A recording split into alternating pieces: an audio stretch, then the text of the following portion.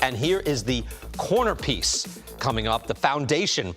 1-1. This is part, again, Mike Elias, Sig Maydal, the team that came from the Astros to run the club with the Orioles. This was their draft pick. This is the guy they've been waiting for. Yeah, no doubt. I mean, we were extremely disappointed because of a tricep injury. He was not able to make the opening day roster. However, you know, right there we just saw him. I mean, the manager dragging it on and on and on, and maybe he's thinking, you know, maybe I'm in trouble. But no. How cool is it to see how his teammates rallied behind him? They were right around the corner, and they were so excited. They know why that happens? Yeah. He's a leader. I actually had the opportunity to interview him, Pedro, and he is so poised, so polished. He's a big leaguer already as far as the way he carries himself, and he can't wait to prove it with his bat and with his play. Let me show you how he has done it and how in the minor leagues he has impressed. But it started all the way in college, Pedro. I mean, he throws extremely well. Look at these pop times, are very impressive. 1.9, 0.85, I heard. I'm like, oh, I gotta see it to believe it. You know, that one right there was very, very, very quick. But this is what's really cool. But on both sides of the plates, almost slightly different, but a mirror image how he delivers the barrel to the baseball with that big finish. You see that two-hand finish? I love that, man. And I know that the comparisons are very hefty, talking about Johnny Bench and him being one of the hottest catching prospects in 50 years. You see that finish, Pedro? Yes. How he goes over the top with both hands, and he does exactly the same thing right-handed. Look, this is no secret. This guy's absolutely impressive, whichever way you put it. Offensively, defensively, and the makeup, it's truly where he sets himself apart because he's going to be able to handle the pressure. See, these minor league starts are kind of impressive. The college stats were just absolutely ridiculous, but look what he's done in the minor leagues. There's nothing else for him to prove down there. And I'm pretty sure that he's like, yeah, that's about right, and I can't wait to try it out in the big leagues. You know what? I'm an old GOAT, Hall of Famer and all that, and I've been through all. And I couldn't wait to see the moment that this kid got called up. Ever since he got drafted. I thought he was almost big league ready when he got drafted. And after I saw what he did in the minor league spring training and consistently continues to do what he did in college, in high school, all over the place. I mean, I'm anxious to see him.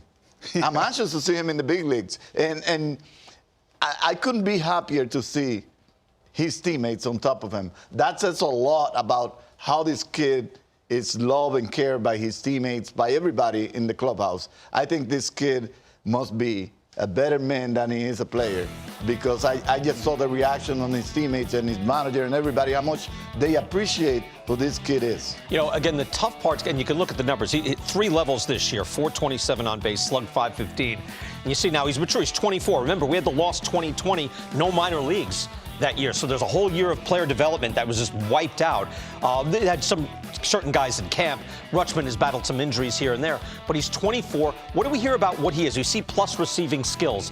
How good is he behind the plate? There's a lot of nuanced skills there, right? Well, when he got drafted, they said his glove was big league ready.